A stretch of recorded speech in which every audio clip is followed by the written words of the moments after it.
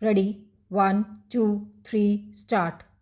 Sir, I would just like to touch briefly on a few aspects of this question of national transport policy. This report is a very valuable report, but like many of its predecessors and successors, I think it is being consigned to the pigeon holes or cold storage, whatever you like to call it, and most of the recommendations that you find in this report have not been implemented by the government, whether it is the central government or the state government or the two of them having joint responsibility in some of these matters. The problems which are facing the country in this respect are getting more and more acute. Sir, you will forgive me if I speak with particular reference to some of the problems as they affect my state and my part of the country, not because of any local or partisan outlook, but because I just got very limited time at my disposal. Para about freight equalization, there is a whole chapter in this report. I only wish to point out that report itself has stated categorically that the original purpose of railway freight equalization was to stimulate the dispersal of industries. But they have also admitted that this object has not been achieved, and rather than helping the proper and optimal dispersal of industries, it has actually added to the real transport costs. Now, for example, in West Bengal, iron and steel, which are available in our region, are covered by freight equalization. So, that is an advantage enjoyed by the engineering industries located in other state at great distances like Maharashtra and so on. But in the reverse process, you find that Bengal does not grow any raw cotton. We have got textile industries and all the raw material. Cotton has to be brought from cotton growing areas, but it is not covered by freight equalization. So, our textile industry offers this disadvantage in competition with other older textile centers. Para, similarly, consumer goods have also not been covered. We have to get all our sugar from outside. We do not grow any sugarcane. Even mustard oil, which is the normal cooking medium for most of the people in Bengal, strangely enough, has to be brought from outside.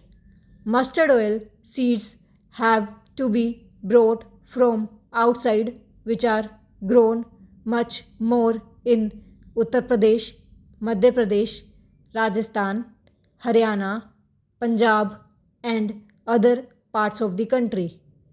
Para coal, I believe, is not actually covered by this freight equalization, but there exists a system of telescopic rates as a result of which the consumers of coal who are situated at a great distance from the coal fields are actually enjoying the advantage of the telescopic rates.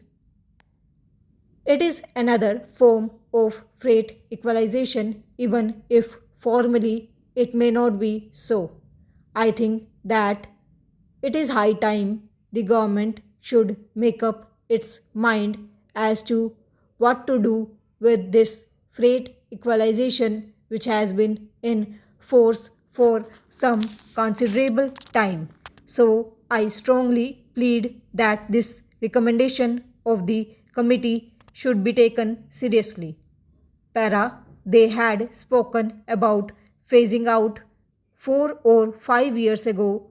I think it is high time that this equalization policy was given up.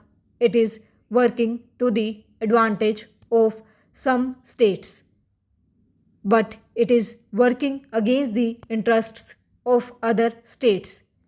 Therefore, it becomes an issue not of harmonious reconciliation of interests, but it becomes an issue of controversy and dispute and adds to interstate tension and disputes. Then I would like to say something about the Kolkata port with which the Honorable Minister of Shipping and Transport is very much concerned. This report has spoken about the phase that most of our inland waterways are facing very serious hazards, that is to say, hazards of shallow water, erosion of the banks of the rivers, and so on. But of all the inland waterways, the one which is never described as an inland waterway because it happens to be one of the major rivers of this country is the Ganga. When it reaches the Gangetic Delta, when it becomes known more familiarly as the river Hooghly. Everybody knows that for years we are grappling with this problem, with that unless something is done to improve the navigability of that river, the Calcutta port is dwindling, is shrinking, and it can no longer receive large vessels as it used to at one time.